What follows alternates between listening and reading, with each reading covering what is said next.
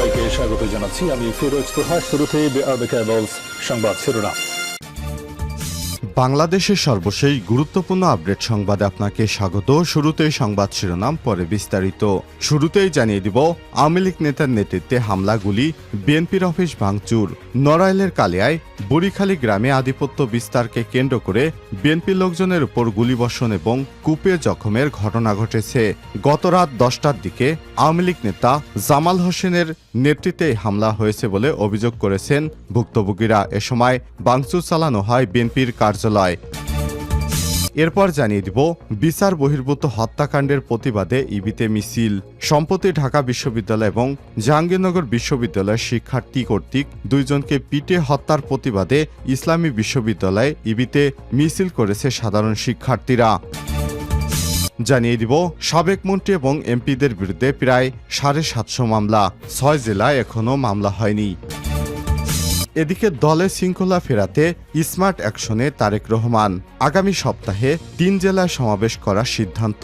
শেখ হাসিনা সরকারের পতন ঘটাতে দীর্ঘ 1.5 দশক ধরে রাজপথে সোচ্চার ছিল বিএনপি। সেই আন্দোলনের নেতৃত্বে ছিলেন দলের চেয়ারপারসন বেগম খালেদা জিয়া এবং ভারপ্রাপ্ত চেয়ারম্যান তারেক রহমান।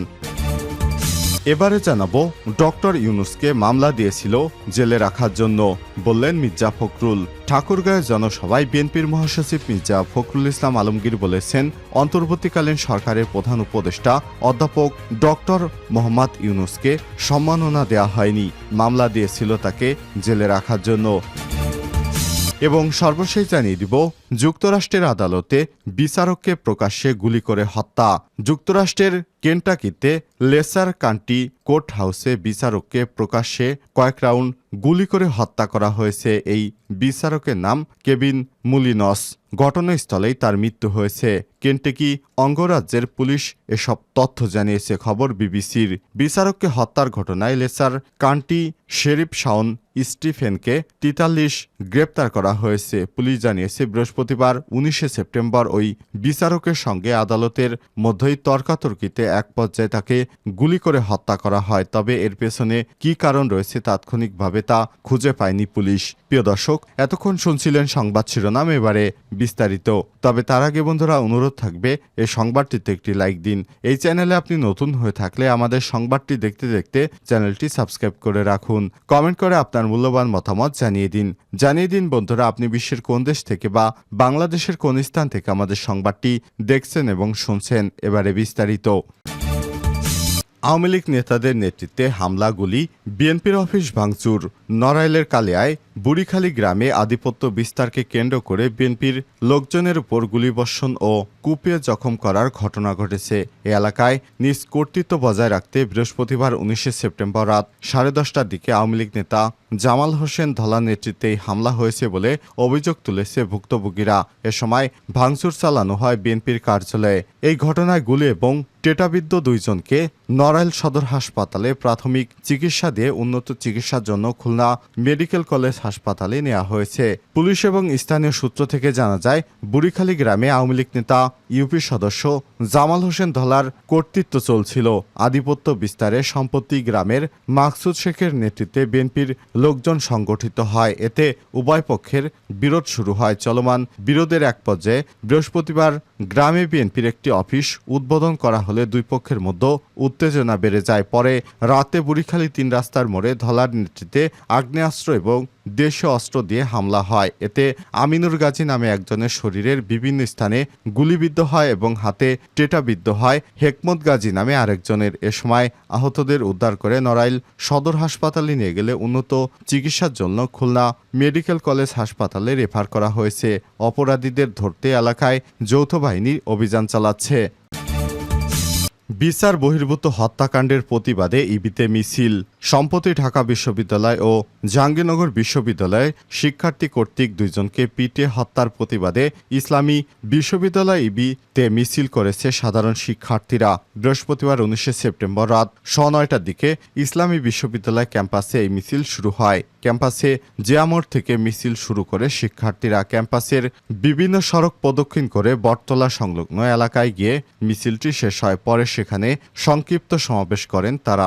সমাবেশে শিক্ষার্থীরা বলেন, ঢাবিতে তোফাজ্জেল নামের একজন ভারসাম্যহীন যুবককে পিটে হত্যা করার পূর্বে তাকে ঠান্ডা মাথায় খাওয়ানো হয়। এই ঘটনা যারা ঘটিয়েছে তারা মধ্যযুগীয় নৃশংসতাকেও হার মানিয়েছে। আমরা এই ঘটনার তীব্র নিন্দা এবং প্রতিবাদ জানাচ্ছি। এই ঘটনায় জড়িতরা যদি সামান্য হয়, এমনকি প্রধান উপদেষ্টা হয়, তবুও তাদের দ্রুত সময়ের মধ্যে শাস্তির আওতায় আনতে হবে। শিক্ষার্থীরা আরও বলেন, মব জাস্টিসের নামে যারা দেশের বিভিন্ন জায়গায় হত্যাকাণ্ড চালাচ্ছে তাদেরকে নৈরাজ্যকর পরিস্থিতির দিকে ঠেলে দেওয়ার অপরাধে ছাত্র জনতা আবারও রুখে দাঁড়াবে। আমরা অন্তর্বর্তীকালীন সরকারের নিকট এসব ঘটনা থামানোর দৃঢ় আহ্বান জানাচ্ছি। সাবেক মন্ত্রী এবং এমপিদের বিরুদ্ধে 750 মামলা। ছাত্র জনতার অভ্যুত্থানে শেখ হাসিনা সরকারের পতনের পর এখন বিচারের মুখোমুখি হতে যাচ্ছেন ক্ষমতাচ্যুত মন্ত্রী, সংসদ সদস্য, আওয়ামী লীগের বিভিন্ন পর্যায়ের নেতাকর্মীরা। সুনির্দিষ্ট নানা অভিযোগে এরই মধ্যে সারা দেশে 741টি মামলা করা হয়েছে। এসব মামলায় আসামির তালিকায় আওয়ামী লীগ সভাপতি, পদচ্যুত প্রধানমন্ত্রী শেখ হাসিনা, দলের সাধারণ সম্পাদক ওবায়দুল কাদের সহ বিদায়ী মন্ত্রিপরিষদের প্রায় সব সদস্যই রয়েছে। ঢাকা বিশ্ববিদ্যালয় এবং ঢাকার বাইরে বিভিন্ন মামলায় আসামি রয়েছে সংসদে আওয়ামী লীগের 14 দলীয় জোটের সাবেক সংসদ সদস্য, এমপি। তবে চেয়ারম্যান জিএম কাদের এবং মাসুদ উদ্দিন চৌধুরী ছাড়া এখনও আসামির তালিকার বাইরে আছেন জাতীয় পার্টি এবং এর অন্যান্য এমপিরা। বিভিন্ন মামলায় সাবেক মন্ত্রী, এমপি, আওয়ামী লীগ এবং এর অঙ্গ সহযোগী সংগঠনের গুরুত্বপূর্ণ নেতা, শীর্ষস্থানীয় পেশাজীবীদের নাম উল্লেখ ছাড়াও বিপুল সংখ্যক নেতাকর্মীকে অজ্ঞাত আসামি করা হয়েছে। ছাত্র আন্দোলনে হামলাগুলি এবং নৃশংস হত্যাকাণ্ড কিংবা হত্যাকাণ্ডের অভিযোগ ছাড়াও অনেকের নামে হত্যা চেষ্টা, অর্থ পাচার, অবৈধ সম্পদ অর্জন এবং বিস্ফোরক আইনে মামলা দায়ের করা হয়েছে। খোঁজ নিয়ে জানা গেছে, বিগত 3টি সরকারের মন্ত্রী এবং আওয়ামী লীগের এমপিদের বিরুদ্ধে কমপক্ষে 741টি মামলা দায়ের করা হয়েছে। এদের মধ্যে রাজধানীতেই মামলা হয়েছে 227টির অধিক, বাকি 514টি মামলা হয়েছে অন্যান্য জেলাগুলোতে। এসব মামলার ভিতরে শেখ হাসিনার নামেই 227টির অধিক মামলা দায়ের করা হয়েছে। দলের শৃঙ্খলা রোধে স্মার্ট অ্যাকশনে তারেক রহমান। শেখ হাসিনা সরকারের পতন ঘটাতে দীর্ঘ 1.5 দশক ধরে রাজপথে সোচ্চার ছিল বিএনপি। সেই আন্দোলনের নেতৃত্বে ছিলেন দলের চেয়ারপারসন বেগম খালেদা জিয়া এবং ভারপ্রাপ্ত চেয়ারম্যান তারেক রহমান। আন্দোলন সংগ্রামের নানা ধাপ পেরিয়ে গত জুলাই আগস্টে ছাত্র জনতার সফল অভ্যুত্থানের মধ্য দিয়ে গত 5 আগস্ট পদত্যাগ করে ভারতে পালিয়েছে শেখ হাসিনা।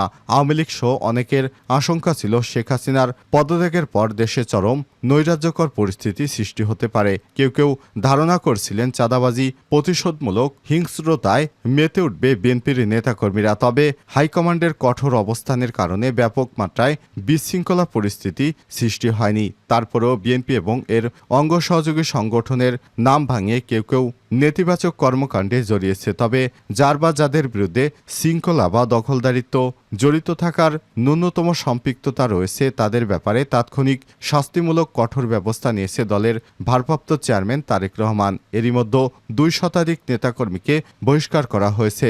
দুষ্কৃতকারীদের আইনের হাতে সোপর্দ করার আহ্বান জানিয়েছে অঘোষিতভাবে সারা দেশে দলের ভেতরে শুদ্ধ অভিযান শুরু করেছেন তারেক রহমান। প্রতিদিনই বক্তব্য, নতুনত্ব, একের পর এক বাস্তবমুখী সাংগঠনিক সিদ্ধান্ত নিচ্ছেন তিনি। আগামী 3 জেলায় সমাবেশে বক্তব্য দেবেন তারেক রহমান। তার সব পদক্ষেপ অন্তর্বর্তীকালীন সরকারের জন্য সহায়ক হবে বলে দলটির নেতাকর্মীরা মনে করছেন।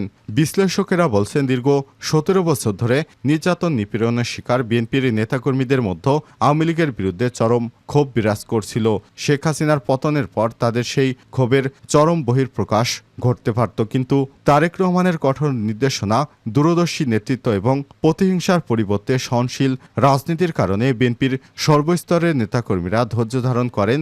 একই সঙ্গে দেশজুড়ে শান্তি শৃঙ্খলা বজায় রাখতে বিভিন্ন কর্মকাণ্ড পরিচালনা করেন। বিশেষ করে খালেদা জিয়া ও তারেক রহমানের নির্দেশে আইন শৃঙ্খলা বাহিনী শূন্য দেশে পাড়া মহল্লায় পাহারা দিয়েছে বিএনপির নেতাকর্মীরা। তারেক রহমানের সেই ভূমিকা সাধারণ মানুষের মধ্যে প্রশংসা কুড়িয়েছে।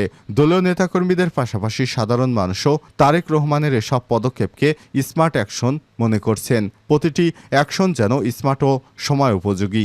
এক কথায় বিএনপিকে তিনি গণমানুষের দলে পরিণত করেছেন। তার বিভিন্ন সিদ্ধান্তকে স্বাগত জানিয়ে অনেকেই সামাজিক যোগাযোগ মাধ্যম ফেসবুকে বিভিন্ন মন্তব্য শেয়ার করেছেন।